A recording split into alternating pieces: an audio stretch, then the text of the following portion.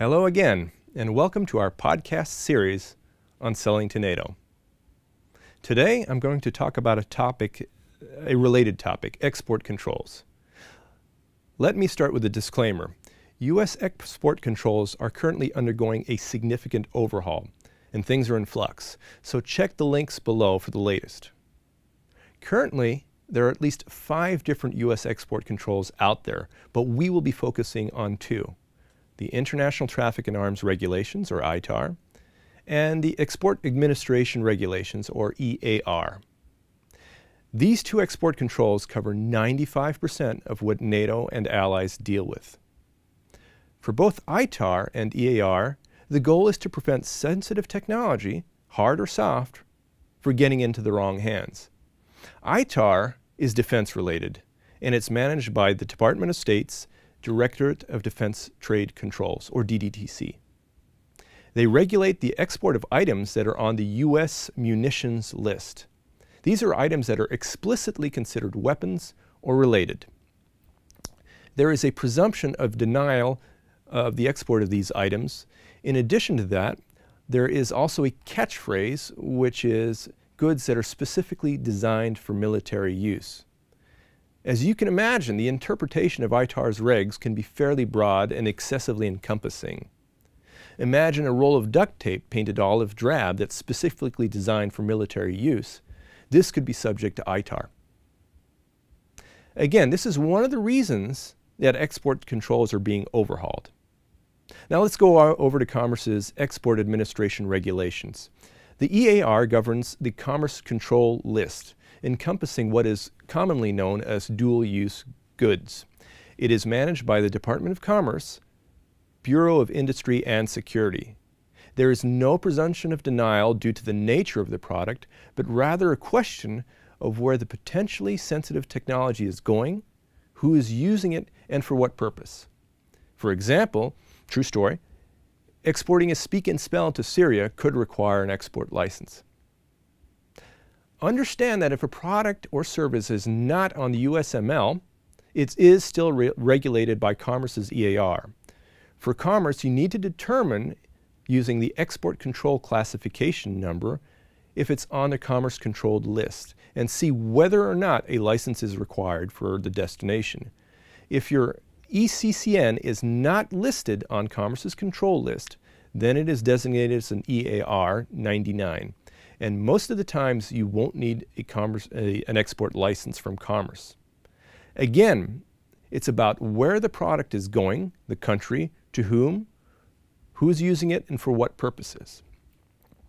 See the links below on how to get an ECCN and to compare it to the Commerce Controlled List. How do I know if my item requires a license for Commerce or State? It is the manufacturer's responsibility to determine whether an export license is necessary, and they can self-check. You can go onto the U.S. munitions list, see below, and see if you're on it. If you're not sure, you will need to ask the Directorate of Defense Trade Controls for a commodity jurisdiction. Once again, see the link below. DDTC will examine your product or service and determine if it is subject to either Commerce or State export licensing.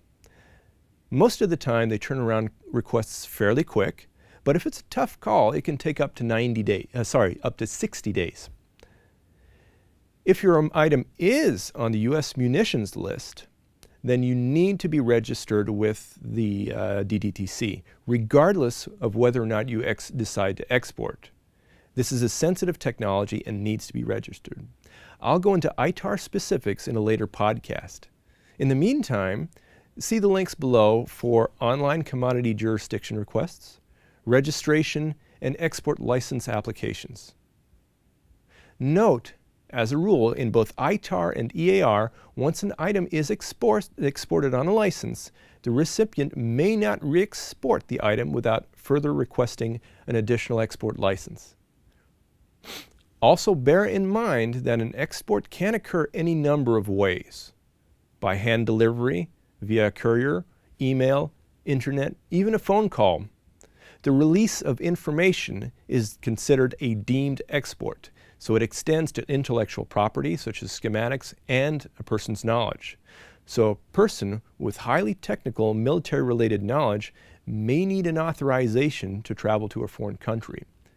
Failure to comply can result in loss of rights, fines, and even a prison sentence. Let's go back to goods that were specifically designed for military use. As I mentioned, it's a fairly catch-all phrase, and because of this, the difficulties Allied countries are facing re-exporting controlled items to other friendly countries, the U.S. export controls are undergoing a vast overhaul.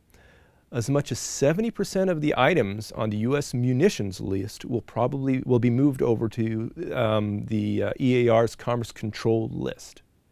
The process isn't over yet, and clarifications are being added on a regular basis. Finally, how does this articulate with NATO's procurement agencies, NSPA and NCIA? Both procurement agencies require that the actual end user sign the end user certification. Generally, this is an authorized representative of the nation's Ministry of Defense. I hope this was helpful for you, and see you next time when we talk about advocacy support.